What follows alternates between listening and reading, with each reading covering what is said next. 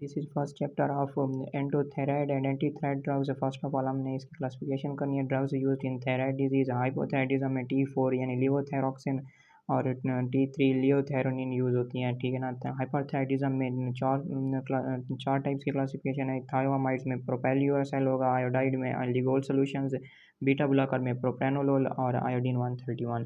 इसके बाद step wise action of thyroid drugs. इसमें आयोडाइड की पहले ट्रांसपोर्ट हो रही है, इसको इनहिबिट करने के लिए थायोसाइनाइड परक्लोरेट होती है, ठीक है ना। और आयोडाइड आयन को एलिमेंटल आयोडीन में कन्वर्ट करने के लिए एंजाइम होता है पेरोक्सीडेज।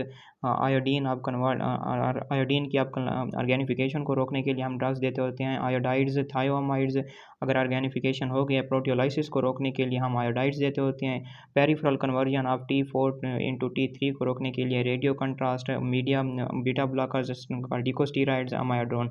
याद रखना है कि हमारी बॉडी में T4 ज़्यादा होता है, ठीक है ना, लेकिन फंक्शनल फॉर्म जो होती है T3 होती है। T3 is 10 time more potent than T4 है, सो दैट वही give you radio contrast beta blockers steroids to prevent the peripheral conversion of T4 into T3। इसके बाद हमने डिफरेंस करना है हाइपोथायराइडिज्म एंड हाइपरथायराइडिज्म का।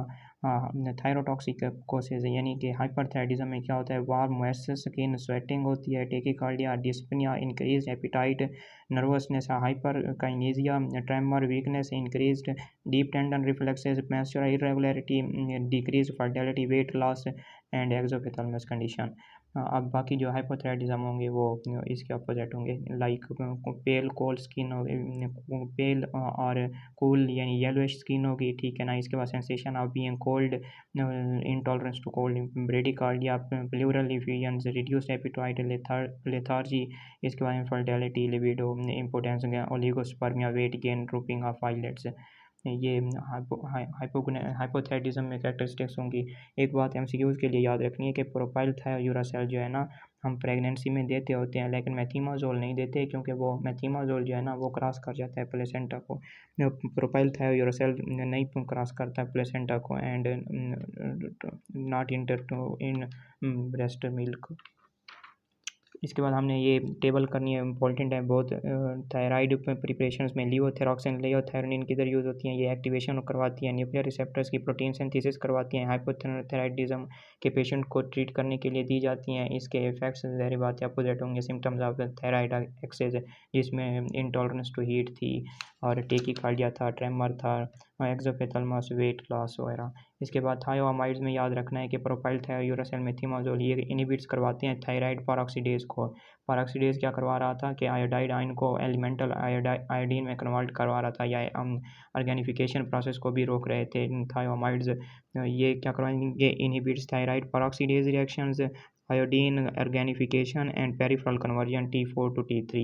हाइपरथायराइडिज्म के पेशेंट को ट्रीट करने के लिए हम देते हैं। याद रखना है कि एक बंदी है, ठीक है ना, प्रेग्नेंट है और हाइपरथायराइडिज्म की पेशेंट है, उसमें हम प्रोपाइल थायोयूरासेल देंगे, मेथिमाजोल नहीं देंगे।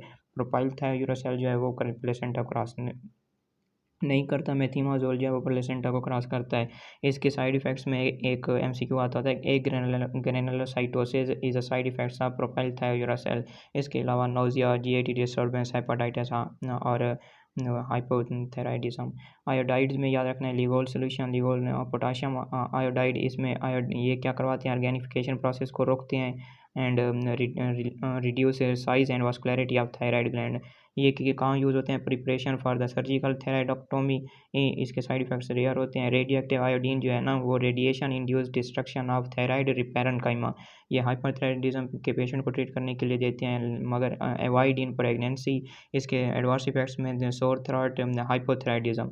बीटा ब्लॉकर्स में प्रोप्रानोलोल ड्रग देते होते हैं। एक सिनेरियो टाइप क्वेश्चन आता है, लाइक स्वेटिंग है बंदे को, पल्पिटेशन है, एट्रियल फिब्रिलेशन है, तो फिर हम उसको कौन सी ड्रग देंगे, ड्रग ऑफ चॉइस कौन सी होगी। याद रखना है स्वेटिंग क्लास जिधर आ जाए, हाइपरथायराइडिज्म का पेशेंट है, उसमें हम बीटा ब्लॉकर देंगे जिसमें कार्डियक अरिथमियाज भी हैं, यानी कि एट्रियल फिब्रिलेशन है, उसमें फिर प्रोप्रानोलोल ड्रग हम देते होते हैं। ये क्या करवाते हैं, inhibition of beta receptors, inhibition of conversion of T4 into T3।